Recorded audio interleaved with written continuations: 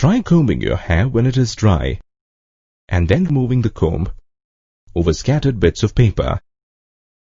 You will find the pieces of paper get attracted to the comb.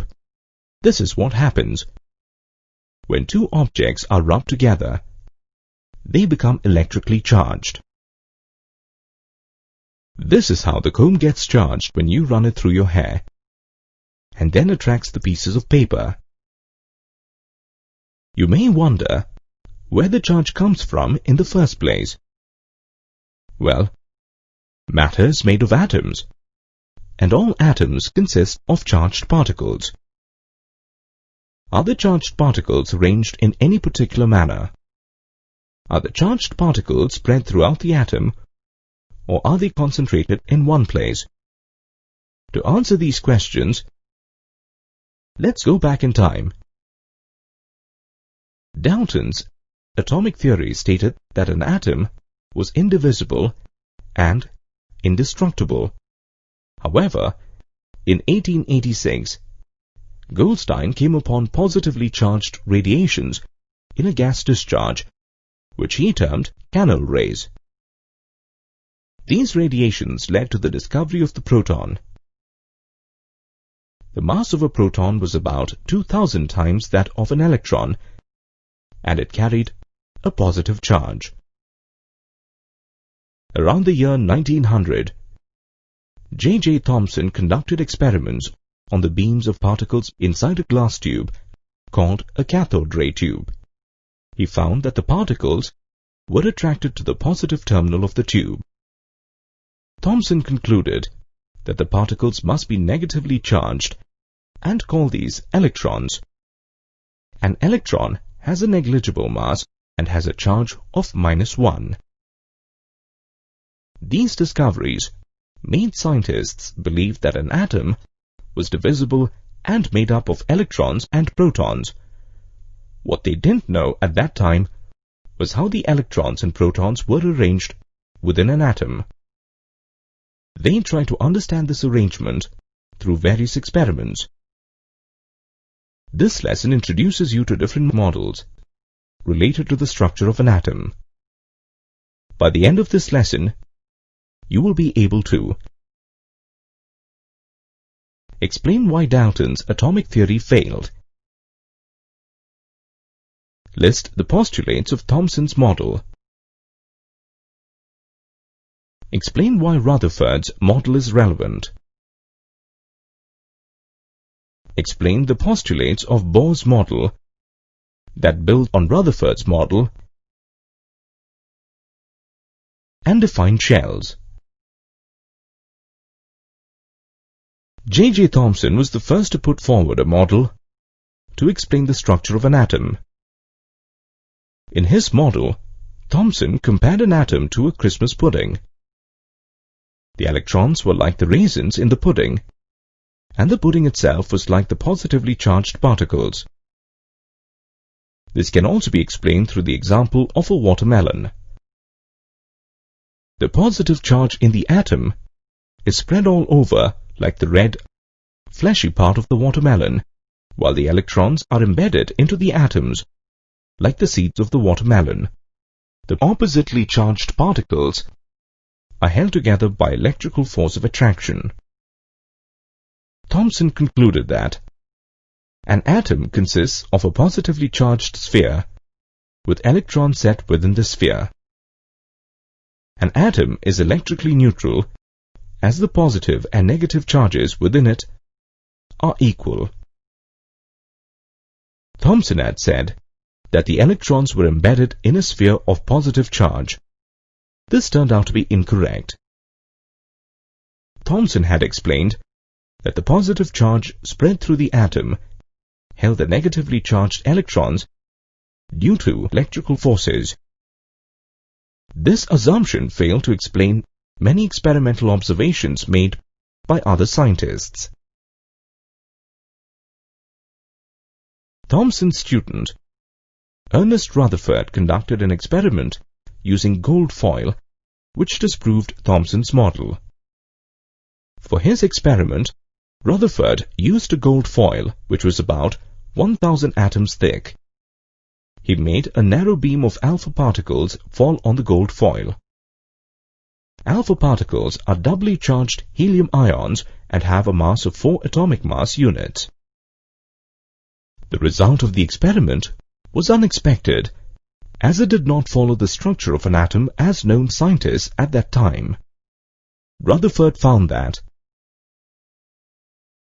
most of the alpha particles passed straight through the gold foil without getting deflected.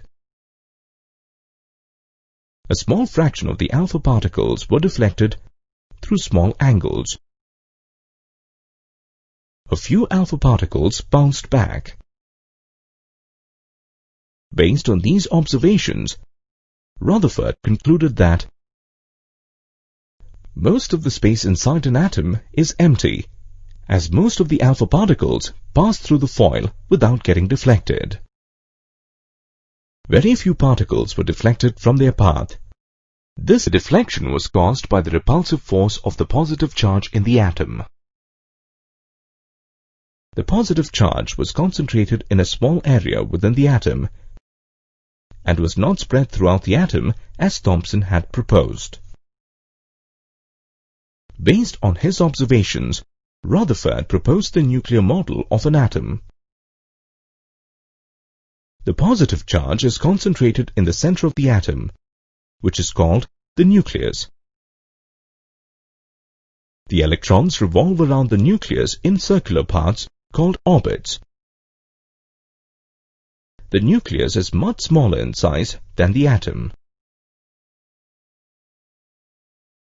According to Rutherford's model, the electrons, while moving in their orbits, would give up energy. This would make them slow down, gradually move towards the nucleus, follow a spiral path, and then fall into the nucleus. Ultimately, the atom would collapse. In reality, however, an atom is stable.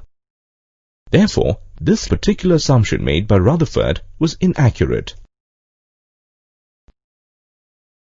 Keeping the shortcomings of the Rutherford model in mind, Niels Bohr formed his postulates about the structure of an atom. Electrons have discrete orbits called shells inside an atom. Electrons revolve in their orbits without radiating energy. Within a particular orbit, the energy of an electron is constant. This is why orbits are called stationary orbits or stationary shells. Orbits or shells are also known as energy levels. Shells are represented by the letters K, L, M, N, or the numbers 1, 2, 3, 4, and so on, depending on the number of shells in the atom. However, Bohr's model did not apply to elements like helium and lithium. The model was also unable to explain the structure of chemical bonds. Despite the limitations of their atomic models, the work of Thomson, Rutherford, and Bohr is considered path-breaking. All three scientists received Nobel Prizes for their theories. Therefore, these three atomic models are the foundation for our present-day understanding of the structure of an atom. I wonder, what's the maximum I can score in this game? You can't score more than the total of the ball points, as the number of balls in this game is fixed.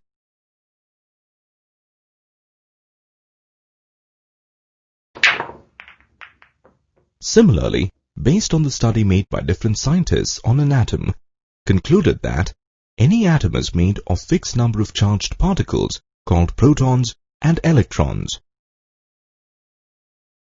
This lesson is about the internal structure of an atom. At the end of this lesson, you will be able to define atomic number, define subshells, determine the electronic configuration of an element given its atomic number, determine the valency of an element given its electronic configuration, explain the concept of a neutron based on Chadwick's work, define atomic mass, define isotopes and isobars, and List the applications for isotopes. Scientists propose that an atom is made of two kinds of particles.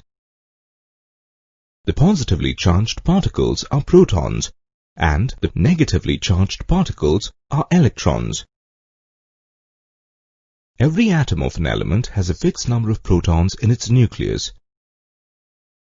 This fixed number of protons is referred to as an atomic number. This number is constant for an element. It is represented by an alphabet Z. Moreover, the number of electrons in an atom of an element is also equal to the atomic number of the element. For example, if the atomic number of an element is 12, then its atom contains 12 protons and 12 electrons. In an atom, electrons are not randomly placed around the nucleus, but they are placed in fixed energy levels called shells, as per Bohr's atomic model. These shells are named K, L, M, N. The arrangement of electrons in these shells is known as electronic configuration. For example, carbon has 6 electrons. Its electronic configuration is 2, 4. 2 electrons are placed in K shell and 4 electrons in L shell. In order to write down the electronic configuration of an element, one should have knowledge about the number of electrons in one atom of the element and the maximum number of electrons that can be accommodated in different shells of the atom. The maximum number of electrons that can be accommodated in any energy level of the atom is given by a formula 2n to the power of 2, where n is the number of that energy level. For example, the number of electrons present in the first energy level, n equals 1. According to the formula, 2 multiplied by 1 to the power of 2 equals 2. So, the maximum number of electrons present in the first energy level is 2. According to Bohr's model of an atom, the first energy level K can have 2 electrons. The maximum number of electrons which can be accommodated in shell L is 2 multiplied by 2 to the power of 2 equal to 8. Similarly, for M and N shells, the maximum number of electrons that can be accommodated are 2 multiplied by 3 to the power of 2 equals 18 and 2 multiplied by 4 to the power of 2 equals to 32 respectively. During the arrangement of electrons in the shells, the outermost shell of an atom cannot accommodate more than 8 electrons even if it has the capacity to accommodate more electrons. Generally, the outermost shell of an atom can have a maximum of 8 electrons only, even though it has the capacity to accommodate 18 electrons. This is due to the fact that having 8 electrons in the outermost shell makes an atom stable. There is an exception. If the outermost shell is the first shell or K shell, the shell can hold only 2 electrons. For example, helium has only 1 shell in its atom. Electrons in an atom do not occupy a new shell unless all the inner shells are completely filled. The filling of electrons in an atom is a stepwise approach. First, the electrons are filled in K shell, then in L shell, M shell, N shell, and so on. There are few exceptions to this rule, which are applicable to elements with an atomic number more than 18. After a series of experiments and a detailed study by scientists like Louis de Broglie, Schrödinger, Sommerfeld, etc., it was proved that shells have energy levels within them and are subshells. These subshells are S, P, D, and F. Electrons are distributed in these subshells. Every subshell can accommodate a fixed number of electrons. The S subshell can hold a maximum of 2 electrons, a maximum of 6 electrons in the P subshell, 10 electrons in D, and 14 electrons in F. Electrons are distributed in their respective shells and subshells. The first energy level, K, can have one subshell which can accommodate 2 electrons. The next shell is the L shell, which contains S and P subshells, where the S subshell accommodates 2 and P shell 6 electrons. M is the third shell and have S, P, and D subshells, which accommodate 2, 6, and 10 electrons respectively. Next is the N shell with S, P, D, and F subshells accommodating 2, 6, 10, and 14 electrons respectively. Let's observe the distribution of electrons in the given 20 elements. Electrons in an atom are arranged in definite shells. The electrons which are present in the outermost shell of an atom are referred as valence electrons. From the octet rule, an outermost shell of an atom can accommodate 8 electrons. It was observed and concluded that an atom with completely filled subshells are stable and do not react easily. In other words, it means that the combining capacities are 0 or nil. The outermost shell of inert gas elements whose subshells are completely filled are stable. For example, helium and neon, where helium has 2 electrons in its outermost shell and all other inert gas elements have 8 electrons. The combining capacity of the atom to form molecules either with the same or different elements is defined as valency. For example, elements like hydrogen, lithium, and sodium atoms contain 1 electron in the outermost shell. Therefore, they can lose 1 electron. So their valency is 1. If atom contains less than 4 electrons in its outermost shell, the valency of an atom is equal to the number of electrons present in the valence shell. For example, aluminium has 3 electrons in its outermost shell, so the valency of aluminium is 3.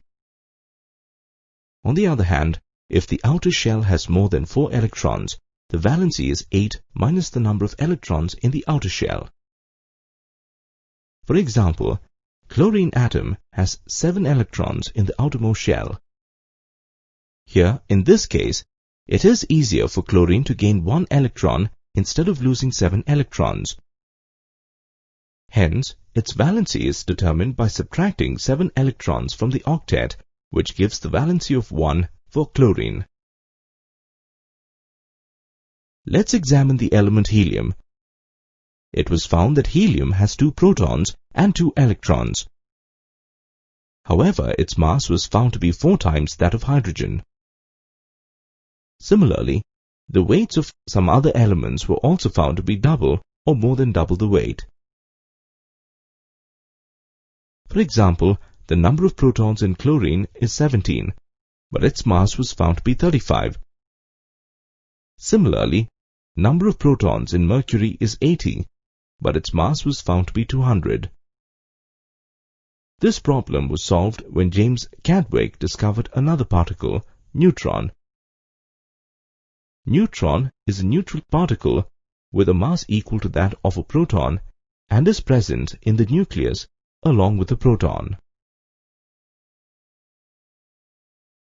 An interesting aspect came into picture after the discovery of a neutron by Chadwick. Till then, only the atomic number of an element was in existence, which referred to the number of protons present in the nucleus of an atom. The total mass of the protons and neutrons inside the nucleus was regarded as the atomic mass of an element. Therefore, atomic mass can be defined as the total number of protons and neutrons present in one atom of an element.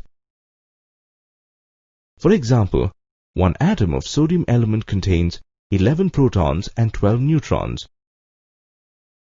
So, the atomic mass number of sodium is 11 plus 12 equals 23. The mass number is denoted by an alphabet A. Now, let's try to derive a relationship between mass number and atomic number. Mass number equals the number of protons plus number of neutrons. Since the number of protons in an atom is equal to the atomic number of the element, the above relation can be rewritten as mass number equals atomic number plus the number of neutrons. The atomic number and mass number can be indicated on the symbol of an element. The atomic number is written as subscript on the lower left side of the symbol, whereas the mass number has a superscript on the upper left side of the symbol.